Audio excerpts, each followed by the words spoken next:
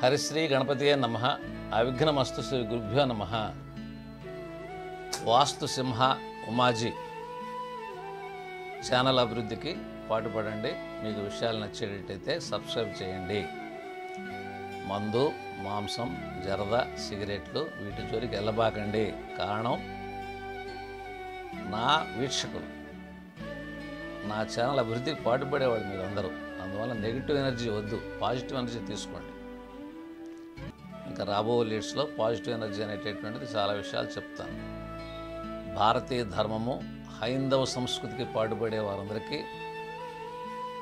వేద పఠనం చేసేవారికి, వేద పండితులకు, బ్రాహ్మణోత్తములకు, బ్రహ్మజ్ఞానులకు, బుధజనులకు శిరస్సు వంచి నమస్కరిస్తున్నాను. ప్రస్తుతం టాపిక్ ఆంధ్ర రాజధాని. పేపర్లో చూస్తున్నాం, 100% సిద్ధాంతులను తీసుకొచ్చాం. ఉత్తరాన కృష్ణానది ఉన్నది, ఈశాన్య వైపు పారుతున్నది అని చెప్పాను. ఒకసారి మనం అన్ని విషయాలు పరిశీలన చేద్దాం, ఎలా ఉంది ఏంటి అనేటటువంటిది. ఫస్ట్ తెలంగాణ ఆంధ్ర విడిపోగానే ఆంధ్రప్రదేశ్ అనేటటువంటిది ఓ పక్క లావు వచ్చి ఓ పక్క సన్నగా వెళ్ళిపోయి అక్కడ తూర్పు వైపు దాకా, ఇటువైపు రాయలసీమ వైపు ఏమైనా కొంచెం లావుగా వచ్చి ఒక తాడులాగా, ఒక కర్రలాగా, ఒక పాములాగా ఒక రకమైనటువంటి ఆకృతి వచ్చింది. అది 4 పలకలు రాల కనుక దానివల్ల ఏంటి అనేటటువంటిది మనం తర్వాత ఆలోచిద్దాం. అది స్త్రీ బలం అనమాట. పురుష బలం తక్కువ, స్త్రీ బలం ఎక్కువ. అంటే ఏంటంటే ఒక 30 అడుగుల వెడల్పున స్థలం ఉండి ఒక 100 అడుగులు పొడుగు ఉండేటట్టయితే, వెడల్పు కంటే పొడుగు 3 రెట్లు దాటేటట్టయితే అది స్త్రీ ఆస్తే.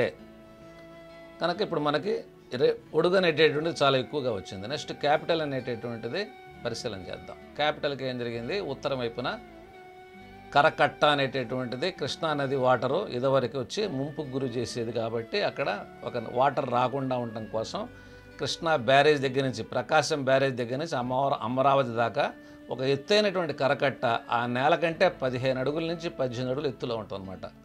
అది 2 లారీలు క్రాస్ అయ్యేటటువంటి వెడల్పులో పెద్ద కరకట్ట ఉంటుంది అనమాట. టన్నుల బరువు అనమాట. పెద్ద కరకట్ట నేల కంటే ఎత్తున ఉంటుంది. అంటే ఉత్తరం బాగా ఎత్తున్నదనమాట. శాస్త్రంలో ఉత్తరం పల్లం ఉంటే మంచిదని మనం చదువుకున్నాం. ఉత్తరాన కృష్ణానది ఉంది, ఈశాన్యం భాగం పారుతున్నది. నెక్స్ట్ తూర్పు వైపున పెనుమాక కొండ అనేటటువంటిది ఉండి అది ఆగ్నేయ భాగం దాకా, ఎర్రబాలెం దాకా అది ప్రయాణం చేసింది అనమాట. నెక్స్ట్ ఈశాన్య భాగంలో ఉండవల్లి కొండ అని చెప్పని కొద్దిగా పెద్ద కొండ ఉంటుంది అనమాట. ఆ ఈశాన్య భాగం నుంచే, ఆ ఉండవల్లి కొండ నుంచే ఈశాన్య వైపు నుంచి మనం ఆ ఉండవల్లి సెంటర్కి మనకి ఒక రోడ్డు కూడా ఉన్నది. ఆ రోడ్డు కూడా ఇప్పుడు మనం వాడుతూ ఉన్నాం. నెక్స్ట్ ఈ యొక్క మంగళగిరి నుంచి ప్రకాశం బ్యారేజ్ దాకా వెళ్ళేటటువంటి రోడ్డు ఈ యొక్క క్యాపిటల్ నేల కంటే 5-6 అడుగులు ఎత్తున్నదనమాట. ఆ రోడ్డు అంటే తూర్పు వైపు రోడ్డు ఎత్తున్నదనమాట. నెక్స్ట్ తూర్పు వైపున క్యాపిటల్ బయట మనకి తాడేపల్లి కొండ అనేటటువంటిది సూర్యుడిని రానిదనమాట. ఒక 10 గంటల దాకా, 11 గంటల దాకా. ఆ తర్వాత క్యాపిటల్ బయట ఇంకొంచెం దూరంలో ఈశాన్యంలో మనకి సీతానగరం కొండ అనేటటువంటిది కూడా కొంచెం దూరంలో ఉంటుంది. ప్రకాశం బ్యారేజ్ కూడా ఈ నేల కంటే కొద్దిగా ఎత్తుగానే ఉంటుంది అన్నమాట. కనుక ఈశాన్యంలో కూడా ఒక కాలువ అనేటటువంటిది వచ్చి ఆ తూర్పుని కొంత కట్ చేస్తూ మనకి ఆగ్నేయ భాగంలో నుంచి మళ్ళీ మనకి ఈ మంగళగిరి రోడ్డులో నుంచి ఆ కాలువ గుంటూరు ఛానల్ అని చెప్పి వెళ్ళిపోతుంటుంది అన్నమాట. నెక్స్ట్ నైరుతిలోంచి కొండవీటి వాగు అనేటటువంటిది దక్షిణ వైపు నుంచి ప్రవహిస్తూ దక్షిణ ఆగ్నేయ భాగంలో నిడమర్రు అనేటటువంటి ఊరిలోంచి అది లోపలికి ప్రవేశిస్తుంది క్యాపిటల్లోకి. అది 13,600 ఎకరాలు ముంపుకు గురి చేస్తుందన్నమాట. నాకంటే ఎత్తు మునిగిపోతుంటాయి పొలాలన్నీ ప్రతి సంవత్సరం అనమాట. ఆ తర్వాత నైరుతిలో ఏమన్నా నేలపాడు అనేటటువంటి ఊరు కొండ ఒకటి ఉన్నది. వాయు భాగంలో కొద్దిగా వెంకటేశ్వర స్వామి గుడి ఉండేటటువంటిది అక్కడ ఒక కొండ ఒకటి ఉన్నది. కనుక ఇది నైసర్గిక స్వరూపం అనేటటువంటిది చుట్టూతో ఉండేటటువంటి ఒక వాతావరణం చెప్తున్నాను అనమాట. నెక్స్ట్ ఏంటంటే ఈ క్యాపిటల్ అనేటటువంటిది జనరల్గా ఎర్ర నేల తీపి నీరు ఉంటుంది, నల్ల నేల ఉప్పు నీరు ఉంటుంది, చౌడు నేలలో పిల్లలు పుట్టరని చెప్పి ఉంటారు. అక్కడ నేల అనేటటువంటిది ఏంటంటే పంటలు బ్రహ్మాండంగా పండుతూ ఉంటాయి. 20 అడుగుల్లోనే మనకి వాటర్ కూడా ఉంటూ ఉంటుంది. అందువల్ల అక్కడ కట్టినటువంటి ఇళ్ళు ప్రస్తుతం ఉండేటటువంటి ఏంటంటే నేను చూడంగా నాకున్నటువంటి అనుభవంలో కొద్దిగా క్రాకులు కానీ, గోడల క్రాకులు కానీ వస్తుంటాయి. ఎందుకంటే లూజ్ సాయిల్ కాబట్టి మనకి కొద్దిగా ఈ రైతులు కట్టుకునేటప్పుడు ఏంటంటే వాళ్ళు 40 అడుగులు, 50 అడుగులు, 100 అడుగులు ఇప్పుడు క్యాపిటల్ కట్టినట్టుగా వాళ్ళు పునాదులు అనేటువంటిది ఏం తీలేరు అనమాట. అందువల్ల కొద్దిగా ఆల్రెడీ మనకి అదొక అనుభవం అనమాట. అందువల్ల దీన్ని ప్రస్తుతం పరిపాలిస్తున్నటువంటి చంద్రబాబు నాయుడు గారు చాలా కష్టపడి చాలా బాగా దీనికి వాటర్ ఎలా చేయాలి, దాని పాండ్ అనేటటువంటిది ఎలా పెట్టాలి, చుట్టూరుతో వాటర్ ఎలా చేయాలి, ప్లానింగ్ ఎలా చేయాలి, సిద్ధాలను తీసుకొచ్చి కూడా చేస్తూ ఉన్నారు. అందువలన ప్రజెంట్గా నాకు తెలిసినటువంటి మేర వాస్తు అనేటటువంటిది ఎట్లా ఉన్నది కనుక మనకి దీని లాభం ఏంటయ్యా అంటే నైరుతి వైపు చిన్న కొండ ఉందని చెప్పాను, నేలపడిది. తర్వాత ఉత్తరం వైపు ఏమన్నా కృష్ణానది ఉన్నదని చెప్పాను. ఆ తర్వాత ఈశాన్య భాగంలో నీటి పారుతుంది. కాలవ అవతల ఈశాన్యంలో కూడా అమ్మవారి కొండ అనేటటువంటిది ఉందన్నమాట. అందువలన మనం ఇక్కడ వాస్తు అనేటటువంటిది లేకుండా జీవించాలంటే భారతదేశం వాస్తు అనేటటువంటిది రాబో లిస్టులో చెప్పబోతున్నాను.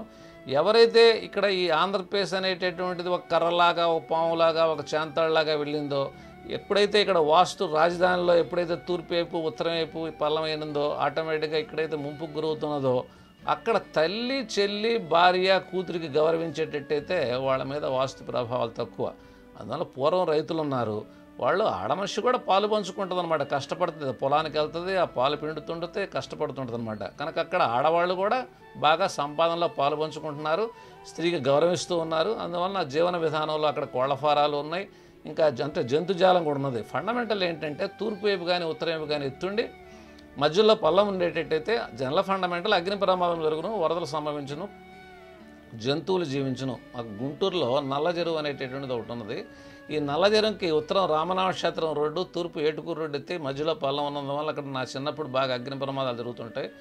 అక్కడ ఒకనొక టైంలో నాగార్జున సాగర్ వాటర్ వచ్చేసేసి ఒక 220 మంది 96 ప్రాంతాల్లో 86 ప్రాంతాల్లో అనుకుంటా చనిపోవడం అనేటువంటి జరిగిందనమాట. అందువల్ల ఇక్కడ ఏంటంటే అక్కడ తూర్పు వైపు ఏమన్నా కరకట్ట ఎత్తున్నది, ఉత్తరం వైపు కరకట్ట ఎత్తున్నది, తూర్పు వైపు అనేటువంటిది పెనుమాక కొండ ఉన్నది, రోడ్డు ఉన్నది, ఆ తర్వాత తాడేపల్లి కొండ కూడా ఉన్నది. కాబట్టి ఇక్కడ కొద్దిగా ఈ వాటర్ ఫ్లో అనేటటువంటిది, ఈ వాటర్ ప్రమాదాలు అనేటటువంటిది, ఈ ఫైర్ అనేటటువంటి ఆస్పెక్ట్స్ కనుక ఇవన్నీ కొంచెం గవర్నమెంట్ అనేటటువంటిది జాగ్రత్తలు తీసుకొని శ్రద్ధ తీసుకొని దాన్ని ఎట్లా చేయాలి ఏమిటి అనేటువంటిది, ఎందుకంటే బాగా కష్టపడే వ్యక్తి కాబట్టి ఈ యొక్క సీఎం గారు దాన్ని మంచిగా చేస్తారని చెప్పని మంచి ఫలితాలు చూస్తామని చెప్పని కోరుకుంటున్నాను. మనకు అక్కడ ఉండేటటువంటి వాళ్ళందరూ ముఖ్యంగా నేను తెలియజెప్పేది ఏంటంటే తల్లి, చెల్లి, భార్య, కూతురు వీళ్ళకి గౌరవించేటట్టయితే బాగుంటుంది. రాబో కాలంలో ఉద్యోగులు కూడా ఆడవాళ్లే బాగా పెరుగుతారు, ఆడవాళ్ళ మేనేజ్మెంట్ అనేటటువంటిదే రాబో కాలంలో వస్తుంది. దీన్ని పరిపాలించేటటువంటి వాళ్ళు కూడా రాబో కాలంలో కొంచెం వాతావరణాల్లో కొద్దిగా స్త్రీ బలాలు అనేటటువంటిది ఉన్నవాళ్ళు కానీ, కొద్దిగా వంశం అనేటటువంటిది కొంచెం తేడా ఉన్నటువంటి వాళ్ళు కానీ పరిపాలన అనేటటువంటిది రావడానికి అవకాశాలు అనేటటువంటివి ఉన్నాయి. కనుక అంతా బాగుండాలని, మనందరికీ బాగుండాలని, నేను ఆంధ్రప్రదేశ్లో గుంటూరులో ఉంటాను కాబట్టి ఆ క్యాపిటల్కి దగ్గరగా ఉంటాను కాబట్టి అందరికీ హ్యాపీగా క్షేమంగా ఉండాలని చెప్పని అలా తయారవ్వాలని మనస్ఫూర్తిగా కోరుకుంటూ మంగళం మాత్ శుభం భూయాత్.